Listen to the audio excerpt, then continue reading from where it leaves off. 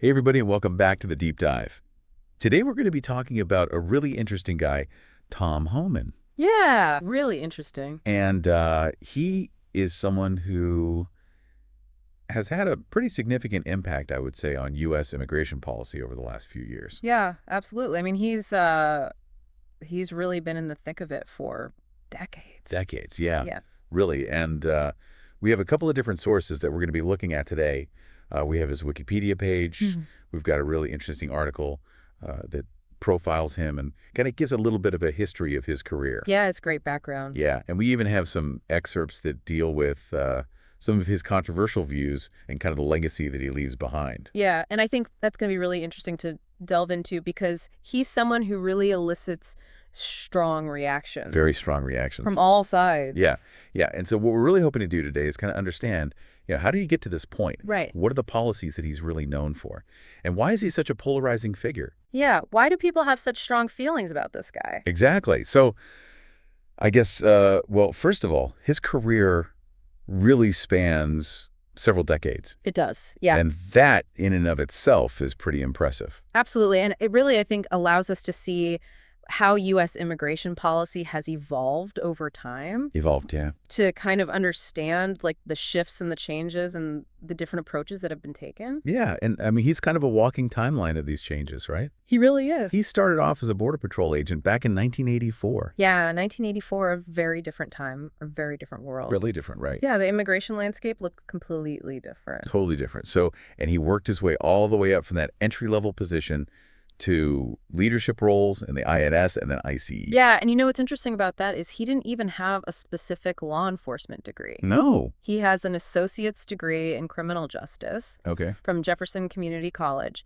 and a bachelor's degree from SUNY Polytechnic Institute. But he didn't go to, like, a fancy law school or anything like that. It seems like his experience on the ground really shaped his perspective. Really shaped him. Yeah. Yeah, more so than any kind of formal education. That's a really good point. Yeah, and it really makes you think about, how did that experience shape his views? Right. His views on enforcement and policy. And we'd love to hear from you guys in the comments. What do you think? Yeah, chime in. Let us know. How do you think that might have shaped his views? Absolutely. And here's where it gets really interesting.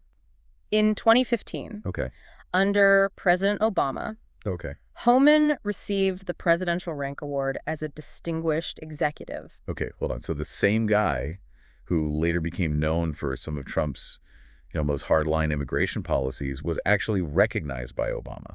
It's true. It's a pretty high honor. Yeah. And it shows that the conversation around immigration enforcement was evolving even before Trump took office. It wasn't just like these ideas appeared out of nowhere. They were already circulating, and Homan was a part of that. That's fascinating. Yeah. It adds a whole nother layer to the story. Yeah. So now we've mentioned some of his, positions, right? Like acting director of ICE, executive associate director for enforcement and removal operations. Yeah. Big titles. Big titles. For those of us who might not be, super familiar with the inner workings of these agencies. Right. What does that really mean? What kind of power? Yeah, what kind of power are we talking about? Do these roles actually have? Yeah, these are some of the most influential positions within ICE, right? Right. Which is the agency responsible for enforcing immigration laws inside the U.S. Okay. So we're talking about authority to, initiate investigations, right, make arrests, detain individuals, and ultimately to carry out deportations. Yeah. These are decisions that directly impact the lives of countless people. Yeah, that's a powerful thought. Right. And it makes his stance on family separation as a deterrent even more, significant. I think we need to kind of unpack that a little bit. Yeah. Because this is obviously, a topic that sparks a lot of debate. Oh, huge debate. Yeah. And what a lot of people don't realize is that Homan started pushing for family separation as early as 2014. 2014? During the Obama administration. Wow. It wasn't solely a Trump-era policy. So this approach had really been brewing for years before it became like a major flashpoint. It was already in the mix, and Homan was a vocal advocate for it. Wow. And his reasoning was that separating families, even for a short period of time, would deter people from crossing the border illegally. Okay. He even said, and I'm quoting here, "I'd be lying to you if I didn't think that would have an effect." Wow, that's a pretty direct statement. Yeah. It really shows his focus on outcomes and his willingness to kind of take this really hard-line stance. Absolutely. But of course, the ethics and the legality of separating families are hotly debated. Oh, yeah. Incredibly controversial. Yeah. So what are some of the arguments against using this policy? Well, there are serious concerns about the psychological impact on children. Right. Especially when these separations are prolonged or handled poorly. Right. I mean, the trauma of being separated from their parents, even for a relatively short time, can have really long-lasting effects on their development and their well-being. Yeah. There's also the argument that, it violates basic human rights. Yeah. That it undermines our values as a nation that prides itself on, compassion and family unity. Right. Those are really powerful arguments against it. Yeah. And it seems like this whole, debate surrounding family separation really encapsulates the complexities of Homan's approach. It does. To immigration. Yeah. He's willing to take these really drastic measures in the name of deterrence. Yeah. But those measures come with some really serious, ethical and humanitarian considerations. Big questions. Big questions. Yeah, and if you guys are finding this conversation as fascinating as we are, yeah, make sure you hit that subscribe button so you don't miss any future episodes. Yes, definitely. All right, so after leaving government service in 2018, Homan didn't exactly fade into the background. He did not. He kind of became this, public figure. Very public. Continuing to advocate for his views on immigration. Yeah.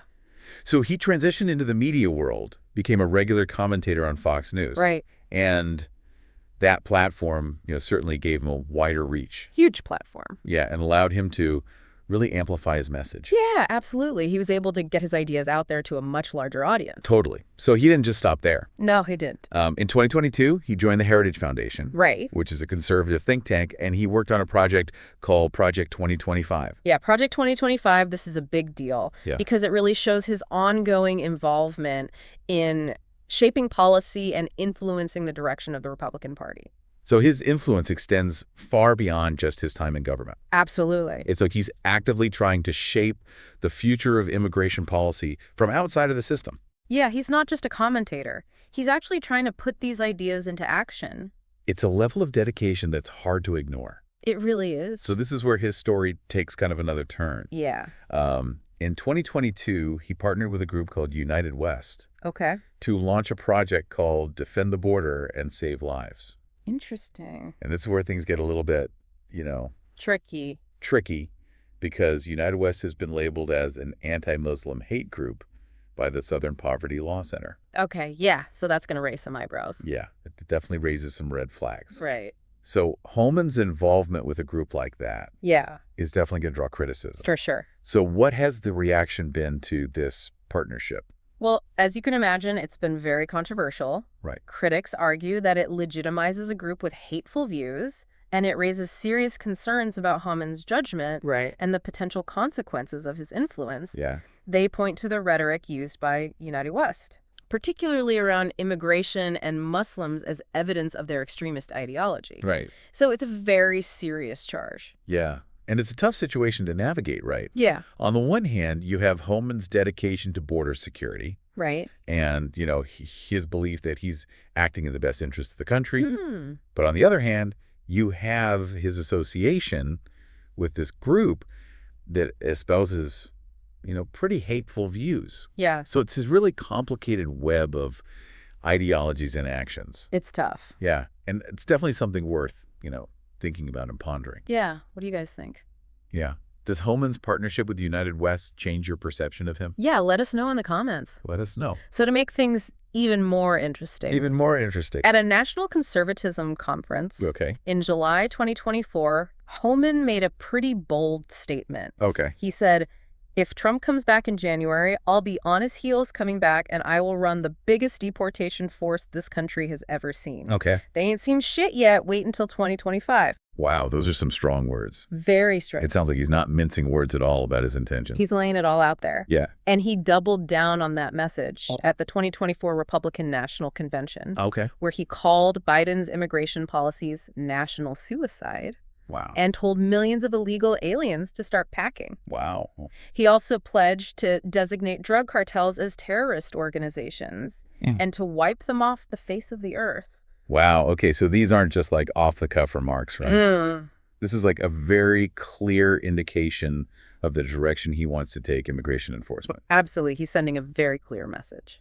Yeah, it sounds like he's really laying out a very specific and a very aggressive agenda. Yeah, no question. And his recent appointment as border czar under a re-elected Trump really gives him the power to put those words into action. Yeah. Now he has the authority to make it happen. Yeah, this appointment was announced just last month, and it's a major development. It basically makes him the point person for all things related to border security and immigration enforcement. Yeah, he's the guy. Border czar. It's, that sounds a little ominous. Pretty ominous. When you put it that way. Yeah, so what does this role actually entail? Right. And what kind of power does it give him? It's a broad mandate. Okay. With a lot of authority, he'll be overseeing everything from border patrol operations to the implementation of new deportation strategies. Okay. Given his track record and his recent statements, it's safe to say we can expect a pretty significant shift towards stricter enforcement and a crackdown on illegal immigration. This is heavy stuff. It is. And we're just scratching the surface. Talking about Homan's appointment as border czar under a re-elected Trump. Right. And it's a position that, gives him a lot of power. Oh, yeah, a lot of authority. And it's one that's causing concern for some, given his history. Yeah, for sure. So one of the most talked about aspects of this appointment is the potential use of the Alien Enemies Act of 1798. Yeah, that one's causing a stir. Yeah, it's a law that's rarely used. And its application to modern immigration is definitely raising eyebrows. Yeah, it's a bit of a blast from the past. So for those of us who might not be super familiar with the Alien Enemies Act, can you break it down for us? What is this law, and how could it be used in the context of immigration enforcement? Well, it's a law that dates back to the very early days of the United States, back when tensions with France were high. And it basically allows the president to detain and deport non-citizens who are considered a threat to national security. Especially during times of war. So how does this apply to the current situation at the border? Right. I mean, are we at war with France? Well, not in the traditional sense, no. Okay. But Trump and his supporters, including Homan, argue that the situation at the border with, the influx of migrants, the presence of drug cartels constitutes a national security threat. Okay. So they believe the Alien Enemies Act can be used to kind of speed up deportations and bypass some of the legal processes that typically protect immigrants' rights. That's a pretty controversial interpretation of the law. It is very much so. And I can see why it's causing a lot of alarm among, civil liberties groups. Right. They're worried it could lead to mass deportations without due process. Right, exactly. They see it as a way to circumvent the courts and expedite deportations without proper legal scrutiny. Right, and that's a big concern for them. Yeah, so it seems like this whole debate over the Alien Enemies Act really highlights the tension between security concerns and individual rights. It's a tough balance to strike. It is a tough balance, and it's important to remember that, Homan's views on immigration extend beyond just this one law. Oh, absolutely. He's been a consistent advocate for mass deportation. Right. A critic of sanctuary cities. Yeah. And he's voiced the belief that illegal immigration leads to increased crime. Yeah. He's been very clear about his stance on these issues. Right. And we've heard it, throughout his time in government as a commentator and as a policy advisor. Absolutely. And you remember that line from the 2024 RNC, millions of illegal aliens start packing? Yeah, that was pretty stark. Very direct message. Yeah. No mincing words. So he's not just talking the talk. No. He said he intends to run the biggest deportation force this country has ever seen. Right. And that's not just a figure of speech. Right. He's outlined a very specific, very assertive approach. So it's understandable why some people are apprehensive. Oh, absolutely. I mean, it's a big change. Yeah. But it's also important to acknowledge that there are people who support his approach. Oh, yeah, for sure. They believe that his tough stance is necessary to protect national security, to enforce the rule of law, to regain control of the border. They see it as a necessary response to what they perceive as a crisis. And for those supporters, his background as a Border Patrol agent, his experience working his way up through the ranks of IC, really lends him credibility. They see him as someone who understands the realities of immigration enforcement. From the ground up. Yeah, someone who's been in the trenches. Right. They see him as someone who's not afraid to get his hands dirty, who's seen the problems firsthand, and who's willing to do what it takes to fix them. And they point to his accomplishments, like the increased number of arrests and deportations during his tenure as acting director of IC, as evidence of his effectiveness. But those very accomplishments are what fuel the concerns of his critics. Right. They argue that his focus on enforcement has come at a cost. Yeah. A human cost. It's a valid point. They point to the family separation policy as a prime example of how his approach can have devastating consequences for individuals and families. That's a really sensitive issue. Yeah, and it really crystallizes the debate surrounding his methods. It does. Critics argue that separating children from their parents, even as a deterrent, is cruel and inhumane. Absolutely. They say it inflicts lasting psychological trauma on children and violates basic human rights. And it's not just the family separation policy. His critics also point to his association with groups like United West, which we discussed earlier. That's a big one for them. Yeah, that partnership, along with his rhetoric on immigration and Muslims, has raised concerns about his biases. And his willingness to align himself with groups espousing, potentially hateful views. It's a complicated issue. Yeah, it's a complex, multifaceted issue, and there's no easy answer. No. But it's a conversation we need to have. We do. We need to grapple with these competing perspectives. Absolutely. Weigh the potential benefits against the potential costs and find a way forward that upholds both our values and our security. It's a delicate balance. It is, and I think it's important to emphasize that behind these policy debates, behind the statistics and the rhetoric, are real people. Absolutely. Whose lives are directly impacted by these decisions. Right. These aren't just abstract concepts. We're talking about human beings. Right. Families are being separated. Yeah. Children are facing trauma. It's real. People are living in fear of deportation. We can't lose sight of that human element. It's crucial to remember that. It is, and we're all, trying to navigate this really complex world. And it's important to stay informed and engaged. Absolutely. If you guys are finding this deep dive helpful, we encourage you to like, subscribe, and share with others. Yeah, spread the word. And if you have thoughts or questions, don't hesitate to leave a comment below. We love hearing from you. We love hearing from you guys. Yes. So speaking of staying informed and engaged, we wanted to take a moment to talk about our Standing in the Gap podcast and our GoFundMe campaign. Yeah, we're really excited about this. We are. We're passionate about bringing you insightful content. Yeah. And we're always looking for ways to improve and expand our reach. Absolutely. With your support, we can upgrade our equipment. Yeah, get better webcams, studio microphones, editing computers. Yeah, the whole shebang. And ultimately create an even better listening experience for you. That's the goal. We believe in the power of dialogue and informed discussion. Yeah. And we're so grateful for your support as we continue to explore these important and challenging issues. Absolutely. So thank you to everyone who's already contributed. Yes, thank you so much. Now back to our deep dive into Tom Homan. As we head into the final part of this episode, we'll be exploring what his reemergence as a key figure in immigration policy could mean for the future of the United States and its immigration system.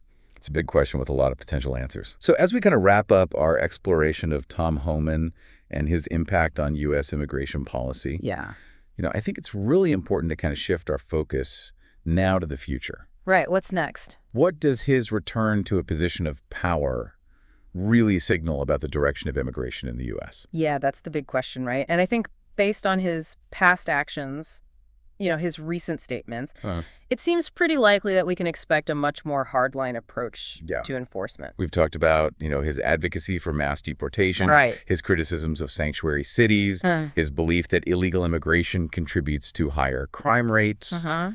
These are all pretty strong indicators, I think, of where his priorities lie. Yeah, and his recent statements at the Republican National Convention where he told millions of illegal aliens to start packing suggests that he's not shying away from those views at all. That's a pretty powerful image. It is. It definitely creates a sense of urgency and perhaps even, fear for those who might be affected by these policies. Yeah, absolutely. And his pledge to run the biggest deportation force this country has ever seen is another indication that he's prepared to take some pretty drastic measures. Yeah, he's not messing around. To achieve his goals. Nope. So, words are one thing, actions are another. Right. What concrete steps might he actually take to implement these policies as border czar? Well, his role gives him, really broad authority over border security and immigration enforcement. So we could see increased Border Patrol presence, stricter enforcement of existing immigration laws, and potentially even the implementation of new, more aggressive tactics. Yeah, we've already talked about the potential use of the Alien Enemies Act, which could be a way to expedite deportations. Yeah, that would be a big shift. That alone would be a significant shift in approach. Absolutely. And there's been talk of expanding the use of expedited removal, which is a process that allows for faster deportation with less due process. That's something that's been used more frequently in recent years. Yeah. And it's likely to become even more prevalent. Under his leadership. Exactly. So it sounds like we're heading towards, a much stricter, potentially more punitive system of immigration enforcement. What are the potential consequences of this shift, both for immigrants and for the country as a whole? Well, I think on a human level, it's likely to create a climate of fear and uncertainty for immigrant communities. Right. People who are already living in the shadows fearing deportation are going to be even more apprehensive. Absolutely. It's hard to imagine the stress and the anxiety that comes with living under that kind of constant threat. Yeah. It's got to be incredibly difficult to build a life, to raise a family, to contribute to your community, when you're constantly worried about being uprooted. And beyond the immediate human impact, there are some broader societal implications to consider as well. Yeah. A crackdown on immigration could have economic consequences. For sure. Particularly in industries that rely heavily on immigrant labor. Absolutely. We've seen the debates about the role of immigrants in the workforce. And a significant reduction in the immigrant population could have ripple effects throughout various sectors of the economy. Totally. And there's also the question of, how these policies will affect our relationships with other countries. Oh, yeah. Particularly those in Central and South America. Right. Where many migrants are coming from. It's a complex web of interconnected issues. It is. And I think, as we try to make sense of it all, it's crucial to remember that there's no single right answer. Nope. No easy solution. It's messy. Immigration is a multifaceted issue. Yeah. With a long and often contentious history. Absolutely. There are legitimate concerns. Of course. About border security, the rule of law, Yeah. the strain on resources. Yeah, those are real issues. But those concerns need to be balanced against our values as a nation. Yeah. Our commitment to human rights. Absolutely. And our recognition of the contributions that immigrants have made and continue to make to our society. It's about finding that balance. It's about finding a way forward that is both effective and humane, that upholds the law while also protecting the vulnerable. Well said. And it requires, thoughtful, nuanced dialogue. Yeah. A willingness to listen to different perspectives. Right. A commitment to finding solutions that work for everyone. Absolutely. It's not about, demonizing immigrants or resorting to fear-mongering. Right. It's about recognizing the complexity of the issue and working together. Yeah. To create a system that is fair, just, and compassionate. Couldn't have said it better myself. All right, so on that note, we're going to wrap up this deep dive into the world of Tom Homan and U.S. immigration policy. It's been a journey. It has been a journey. We've covered a lot of ground from his early days as a Border Patrol agent to his controversial policies and his recent appointment as border czar. We've seen it all. We've explored the potential implications of his return to power, the concerns raised by his critics, and the hopes of his supporters. We've grappled with the complexities of immigration, the tension between security and human rights, and the need for a balanced and humane approach. Yeah. It's been a lot to unpack. It has. But we encourage you to continue this conversation. Yes, please do. Stay informed, engage with different perspectives, and advocate for the kind of world that you want to see. And if you've enjoyed this deep dive and you want to support our work in bringing you more insightful content like this, we encourage you to check out our Standing in the Gap GoFundMe campaign. Yes, your contributions will help us upgrade our equipment, reach a wider audience, and keep these important conversations going. Every little bit makes a difference. It really does. So thank you for joining us on this journey. We appreciate your time, your attention, and your willingness to engage with these complex and challenging issues. Absolutely. And as always, thank you for listening. We'll see you on our next deep dive.